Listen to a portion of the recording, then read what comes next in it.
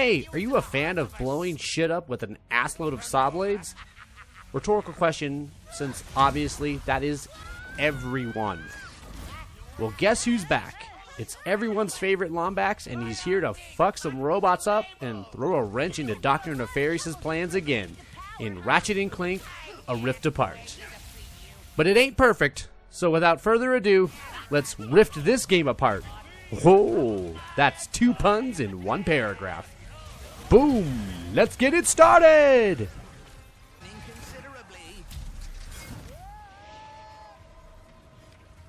As always, let's say some nice things first. I'll start with what everyone is going to notice. This game is gorgeous, maybe the prettiest I've ever seen. The worlds are detailed in a way that helps bring each world to life and makes each feel unique. They aren't all winners, but that really comes down to the subjective aesthetic taste of each person. My personal favorite was the underwater level. It gave me some serious BioShock boners. On top of this, Ratchet & Clank has a spectacular use of color. Seriously, this game is beautiful. Gameplay is a third-person shooter, and when it comes to that, it's okay. Every Ratchet game has gotten better in this regard, but it's still just standard. Luckily, the weapons are quirky and fun, which is what sets this series apart. Although, this game takes a step back in that regard, but more on that later. Stay tuned! In addition to the gunplay, there are some mobility sections, including rail grinding and beetle riding. Again, these are good, not great, but they are a nice way to break up the action. Overall, though, the gameplay is enjoyable. Luckily, the story is pretty engaging.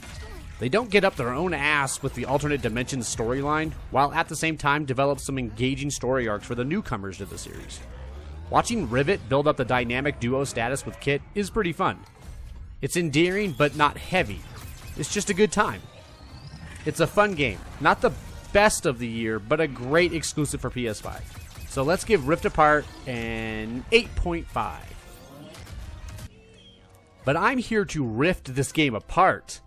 Wait, did I already do that one? Who cares? It's still good. Now, this game is very good, so it was hard to fix, but I have some ideas. First, let's start with a baby thing. This is a tiny issue and only happened a few times. There were a few technical hiccups, whether it was frame rate drops or guns not wanting to fire after a quick switch. They did occur, so some cleanup is needed.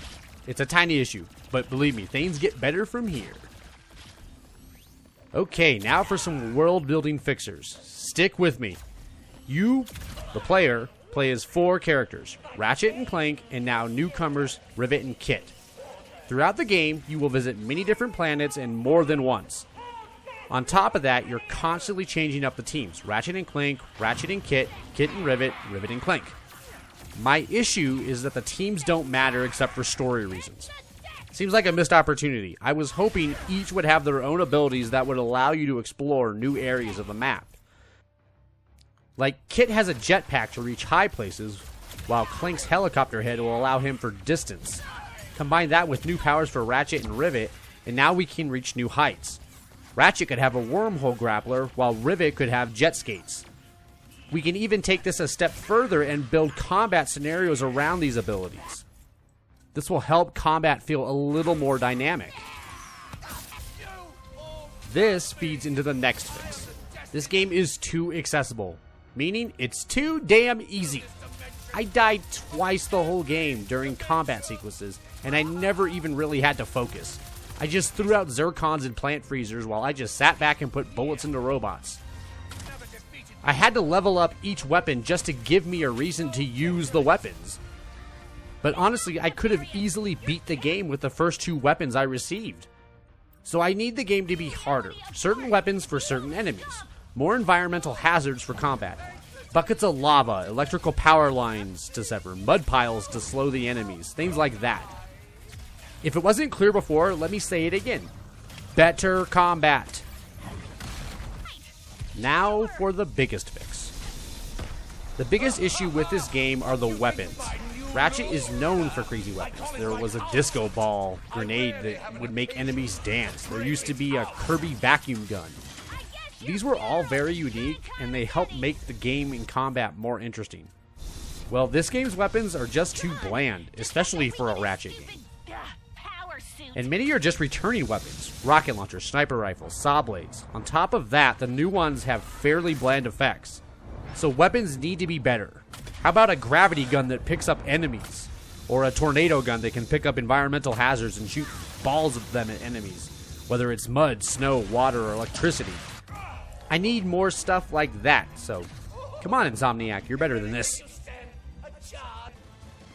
We now have one more change to make to the weapons. There is already an upgrade system where the more you use a weapon, the more it levels up. It's a fun system, but the upgrades are boring.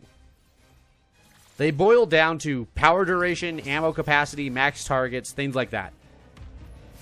I would hope they'd mix in some ability upgrades into the leveling system. Let's take the saw blades, for example. You could leave them like just as regular saw blades, bouncing from target to target. But what if you could have saw blades that would explode on impact? Or how about ones that were toxic and would slowly drain an enemy's health?